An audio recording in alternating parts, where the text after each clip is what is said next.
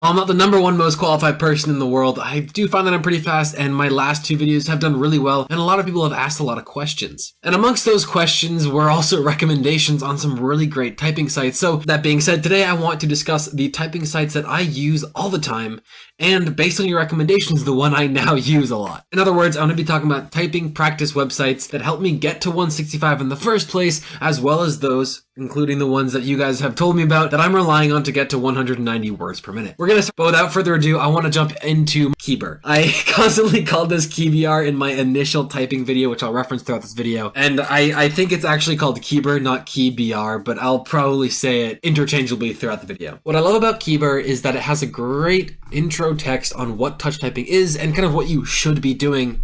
And it shows you how you should map your fingers, but its main thing is that it creates these fake words, as you can see on screen here, to help you improve your typing speed. I'm not going to be hitting 150 or 160 tonight, but regardless, keybr is great if you're getting into this for beginners. It doesn't like it classifies as a beginner website, more importantly. So, miscount Finden before.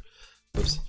So 126.6, and if you go into profile, you get a bunch of detailed statistics. So we are absolutely balling over here. But you get to, it's just wonderful. If you go on keybr, it's just an absolutely fantastic website, and they adjust to what you need to improve upon. I've actually been using this a lot recently as I kind of remap my fingers. That being said, I got a lot of questions about should I be using more of my fingers, and the answer is immediately yes. I initially only used like 2 fingers on my right hand and 3 on my left, and I believe that one of the biggest things that got me from 140 to 160 was including a 3rd finger on my right hand and all 4 on my left. Well, I use my thumb for space, but you know. If you're new to this and you're looking to gain speed, I would highly recommend keybr. Another great starting website, which I've personally never used, but on a quick glance you can see just how amazing it is typing.com. A lot of people said, hey, check out typing.com, and it is built to like specifically teach students. As you can see on the small graphic on the page, it has all these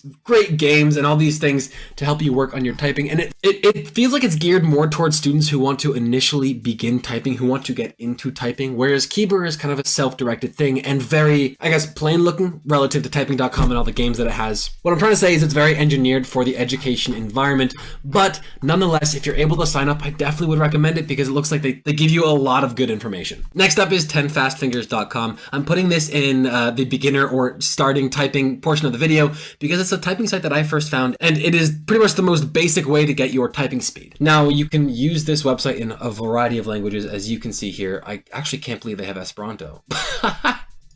Conlang. Okay, you just type for a minute and it gives you how many words you type in that minute. Most basic thing to go by. So giving it a shot, it just starts off as soon as you start typing. Don't know how well I'm going to do here, but we'll give it a shot. Okay, so it just froze. I'm at man. I don't know what to do. Okay, I definitely, yeah, that was rough, dude. I don't know why the whole thing just froze, but that sucks. You know, nope, that is really disappointing. Anyway, yeah, most basic way to get your words per minute, and we're actually going to use 10fastfingers to segue into the next part of this video, which is the best sites to use for storing metrics. I should have refreshed that, but 10fastfingers, if you go to your profile, you can actually see your metrics over time. And as I mentioned at the start of this video, and something I'm very adamant about, wow, that bio needs updating, tracking your progress will increase your output over time. Tracking your progress is super important if you're learning any skill or trying to get better at pretty much anything. Oh, my average is at 158 now. That sucks. What I also want to point out are 10fastfingers typing competitions. The reason why I want to point these out is not because of their competition nature, but because you can go ahead and start a typing session, take one of these tests, and it will be the same exact test when you come back an hour or 2 hours later, assuming you don't run out of time. This way you can see how much have I improved while just practicing and warming up in the last 15, 20, 30 minutes. And lastly, there is the top 1,000, which I believe is a pretty crucial aspect of this website. It pretty much teaches you all of the top 1,000 words over time. These were taken a while ago. I averaged around 126, 128. The hardcore mode, once you unlock it, is very cool because it actually, if you make a typo on a word, it cuts you off. It says, oop, no, you gotta start all over again. If you're willing to try your patience, I would definitely go ahead and give it a shot. And moving on, we have monkeytype.com. So many people recommended this, and thank you for recommending this website. It's got a super sleek design. Super simple layout. It's really wonderful. And now you can modify a bunch of things. So this is a 30-second test. You can change it to a 60-second test, get what your words per minute is. And looking at this at this point, because it's nice to modify time. You can get quotes. You can type in custom text. It's really wonderful to modify. And again, it looks great. Bold, large, these. Cool, 156, okay. I'm sort of redeemed. At the end of each test, it's kind of cool. You get to see how consistent you were. Most importantly, you kind of get to see your average. So this yellow is your average over time, and this is kind of your raw speed over time. Now, what I love about it tracking your raw speed, and some other sites do this, sure, but in seeing your raw speed, you know what you're capable of. So in all these different errors gives you some wonderful statistics. You can practice your missed words. It's really great. So definitely take your time, explore monkeytype a little bit. If you've been using keybr or 10 fast fingers or typing.com for a while and you're looking for like something to dive deep into the mistakes you're making, something to really show you what's going on, definitely check out monkeytype. Typeracer.com. Now, you might be asking why this is in the metrics section. Mostly because I need to segue into the next section, but also because of the metrics it provides after each race. There we go, third time's the charm. All right, enter typing race. God dang it. So I'm using Firefox. It's very memory dependent. I have OBS running.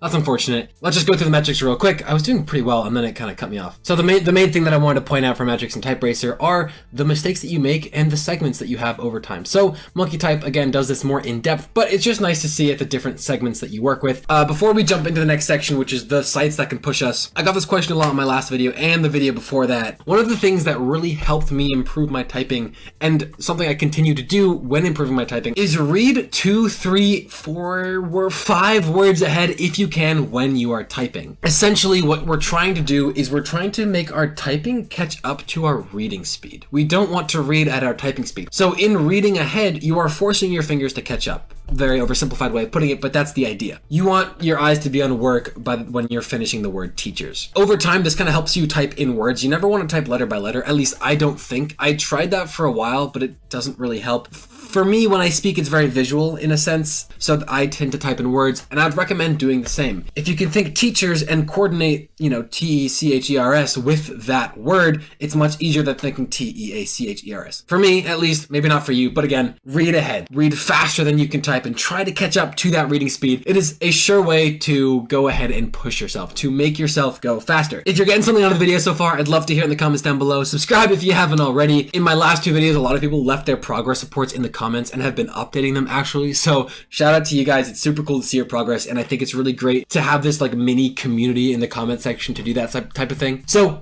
jumping into our next 2 websites, actually, they're very similar to TypeRacer, and it's kind of all centered around this competition aspect. First, we have typerx.com. As you can see, there's a big leaderboard here, and very, very similar to TypeRacer. It gives you passages and you type them out. I promise you guys I can usually type faster than this. This is embarrassing. I guess it really didn't put me with people at my typing speed. I think that's probably just because there are very few people on right now. But that's kind of the idea. I am getting used to the new keyboard. Maybe I should have switched back for this video specifically. Oh, it was another excuse, right? The other website in this category is NitroType. Now, a lot of people left comments on the first and second videos of why didn't you talk about NitroType? And the reason is because it's just very similar to TyperX and TypeRacer. It is a lot more aesthetic. As you can see up here, there's this dealership thing, there's different seasons, there's a garage. So it's much, much more gamified, to use the term loosely. So if that's your kind of thing, definitely go for it. Next up is our last website of the evening, and this is where the entire section idea was derived from. I got a comment on my last typing video from someone named Farger. I apologize if I'm pronouncing this wrong. There's a survival mode where you can set your typing speed, and if you drop below it, it automatically cuts you off. It doesn't give you tons of metrics like monkeytype, but let's just go through a 30-second test real quick.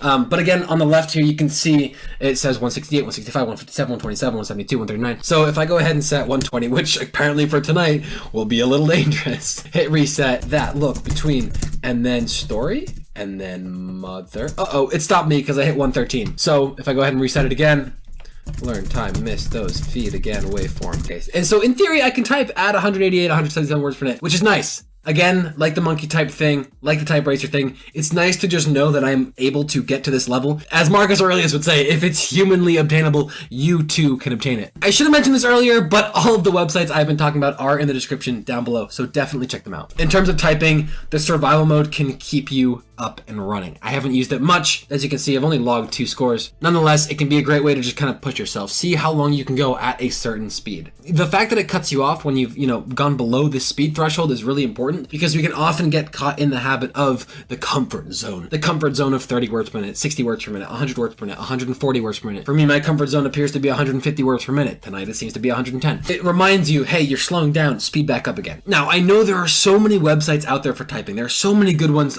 probably so many I don't even know about still, and I know of other ones that I didn't talk about in this video. The thing is, I don't want to talk about too many websites because I want to give you a few new fresh ideas. When we have too much choice, we might not be able to make any concrete choice at all. That being said, make a choice right now. In the comments down below or on a sticky note next to you, what is one website, maybe one from this video, that you're going to go ahead and use next time you practice typing? Along with what website you're going to use and how you're going to use it, let me know what your goal is in the description down below, because I'd really love to hear it.